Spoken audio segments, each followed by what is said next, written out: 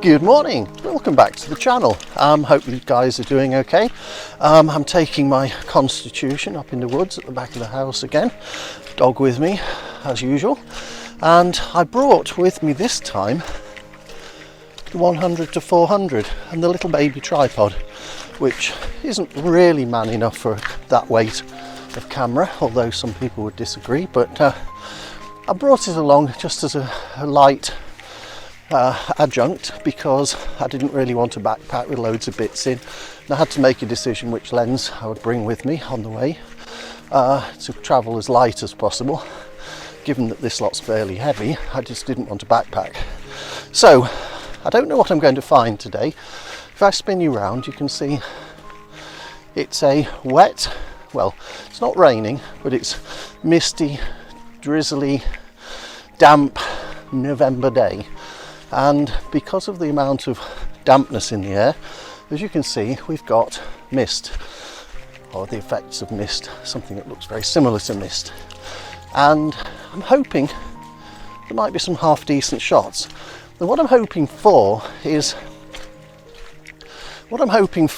the fact that because of the mist, things disappear into the mist, which means that closer items obviously are more in sort of contrast, and the further away the least contrast, and that gives you opportunities to actually make items appear much more vibrant nearer to you, and it gives a greater depth to the image or images. And apart from trying not to slip up in this very muddy track, I'm hoping I might be able to find something half reasonable up here today.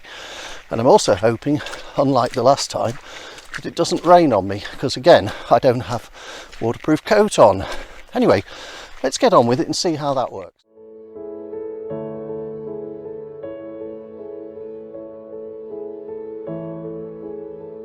Well, as you've just seen from that little bit of footage I just put up, the mist is quite perfect for what I'm hoping to get here. There's no direct sunlight at all, everything's just flat. And the ghosts of the trees in the distance, I call them ghosts because in this fog over there, those trees are very sort of nicely ghostly, whatever you want to say. And what's attracting me is the difference in the pattern between the verticals of these coppiced pieces of wood that are growing up rapidly. That's probably only about a year's growth. That's grown that much this year. Because this was coppiced last year, I remember around about the beginning of this year actually. I think it was January or December last year. Anyway, I'm rabbiting on. I like the patterns, I like the starkness of the trees in the distance, and they are very much sort of more developed in terms of their shape.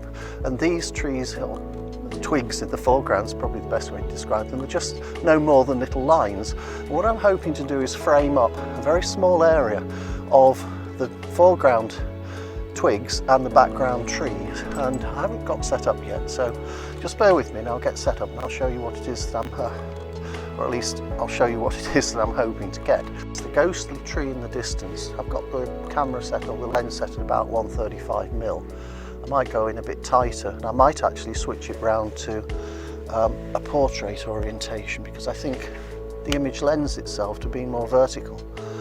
So something a little bit like that. I don't know if you can see that well enough. I probably will just bring the framing. I need to be very careful because I can't hold the vlogging camera and tighten up the tripod head very easily. There we are, that's good enough. That's tight enough, it's not moving anywhere. And do I want to be tighter on that? So let's just turn that to stop it swiveling around on its tripod collar. And if I don't have that nipped up tight, it'll twist when I try to move the focus. Oh, sorry, move the zoom.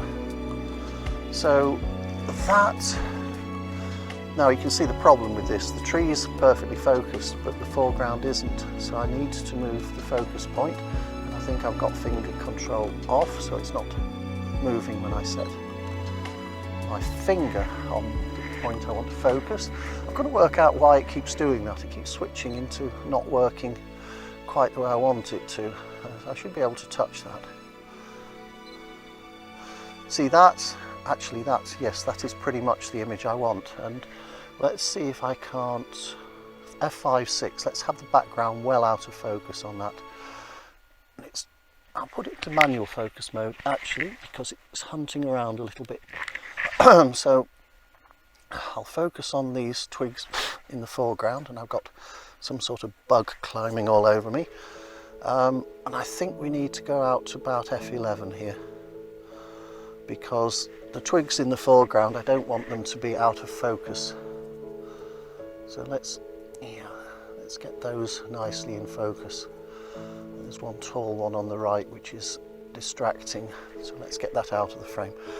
Right, so I might focus stack this, I'm not sure I will, but I'm going to take 2 shots to give me, pretty much it'll give me the option if I want to focus stack. So I'll move the focus point up to the distant tree, and we'll just pull that into focus, and you can see that section of the distant tree is absolutely tack sharp. That's nice. So that's now got the foreground out of focus, but the background, you can see the little red highlights are showing. That's nicely focused. I'll take that one as well. Okay, so that's 2 shots in the bag, and both of which I'm quite pleased with. I like the ghostly look of these trees. This mist is making it very atmospheric here. So I'll move on. There's a couple of other places that are quite distinct trees here, and see what else I can find. One of the advantages of having the 100 to 400 is the amount it shortens the distance between the objects, foreclosing them, bringing them closer together. However, one of the disadvantages is there's a bush behind me, and I can't get far enough back to frame this shot quite as I wanted to. If I go the other side of the bush, all of these branches here over my shoulder will be in the shot, and I don't want that. But the image I'm going for is, spin you round and have a look at that. With this little bit of mist, the trees in the distance here are all sort of going away and looking further, sort of more and more ghostly the further away. But what I particularly like is the way these trees here, these 2, actually curve up through the frame and then join this one in the background and this one, and then you've got the distant trees over there. Now focused on this grouping in the foreground here, F16, F19, F18, F19 should do it. And I've got a 2-sec time, it's ½ second exposure, there's no wind, there's rather an annoying branch creeping across the frame there and there, but I can actually clone those out, and I think that's an intriguing shot. You've got the dog, it's just jumped across the frame, you've got this little track running up through here, and the sensor, I'm going to have to turn that sensor off, I'm bored with it cutting in and assuming I'm looking through the eyepiece. I rarely look through the eyepiece. Anyway, we've got all this fallen trees, bits of broken branches down here, and dead leaves and ferns, and a tiny amount of green leading along the track which curves here. If I could get a bit further back, there is actually, if I show you, there is actually a track snaking its way round here, which I'd quite like to actually include in the frame, but I can't do that because I've got this beast on, and it's at 100 now. I can't get any closer, I can't get any wider than that, so let's have that shot. That's a pleasing image, I like that. I think it would be better if I could include a bit of the path in it, but it's not to be, not unless I've got a chainsaw with me. And unfortunately, I don't have a chainsaw with me, and I think people would take offence if I got one out and even cut this tree down anyway. But this bush behind me, I'll see what else there is. This mist is really making some ghostly images. I'm really spoilt for choice. I'm enjoying this. This is good fun, actually. I think there's some nice images going to come from this. Well, I found another shot that I like here, just walking along the same track that the last piece to camera was done along, probably another 50-80 yards further on.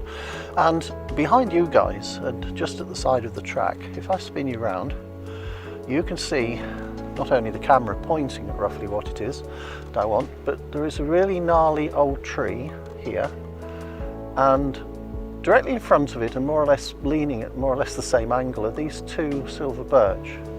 I think they're both dead. There doesn't appear to be any leaf on them, hardly any branches on them now either. But what I like is the way the darkness of the tree behind and the lightness of the 2 silver birches sort of counteract each other or sort of juxtapose each other. And if I show you on the back of the camera, I'm at about 135 millimeters, and I've got a bit of the foreground sort of dead fern in here, which is a nice goldeny orangey brown colour, and then I've got the two silver birches going off, and then behind it, slightly mistier but not very far behind it, we've got the outline of the old tree. I think it's an old oak tree, and I think that's quite a pleasing image. I've got most of the sky out of the image. Obviously any further up it would be too bright and spoil it and take your eye out of the scene, but that's a pleasing image to my way of looking at things. So I'm going to take that. It's a 1/4 second f/16. I'm focused, well, I'm at f/16, pretty much all of that image, as you can see from the focus peaking, is actually correct. So let's get that shot. There we go, 1/4 second, a quick chimp to see that we've got focus on that. Oh, gorgeous, lovely, very nice, very pleased with that. That's a pleasing image to my eye. I don't know about you guys. You'll see it in a minute, its final version after a bit of processing. So now, spinning you round again, the mist's hanging around, it's not clearing, it's not getting thicker, it's not getting thinner, it's pretty much staying very much as it was when I got here. And over my right shoulder here in this direction, there's a little valley, it goes down about 60-80 feet, and in the bottom they've been clearing a lot of the trees, but they've left them at the top of the hill and on the sides of the flank of the valley. So we've got this beautiful sort of whiteness behind the trees that are directly behind you guys, which spin round. You see all that nice whitey sort of mistiness that goes behind those trees. I'll walk along here a bit further and see if I can actually single out a nice shot. I'm not completely sure I'll be able to. It's very chaotic. There's a lot of growth here, and actually getting a meaningful image amongst all this chaos is helped by the mist, obviously, because it's separating things nicely, but it's still not the easiest place to shoot. So I'll carry on and see what else we can get.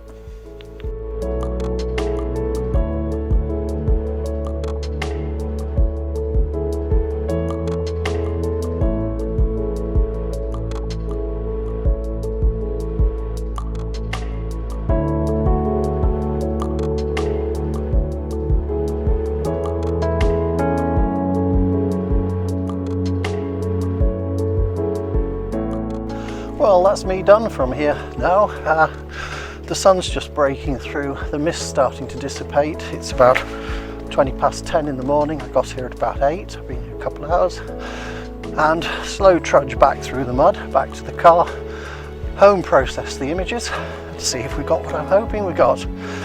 On the back of the camera, some of these images look really quite pleasant, but you never know until you've actually got them back, whether they're properly focused. I know I chimp a bit, but you never really know until you see them on a large screen. So let's get back, let's have a look, and let's see what the images look like.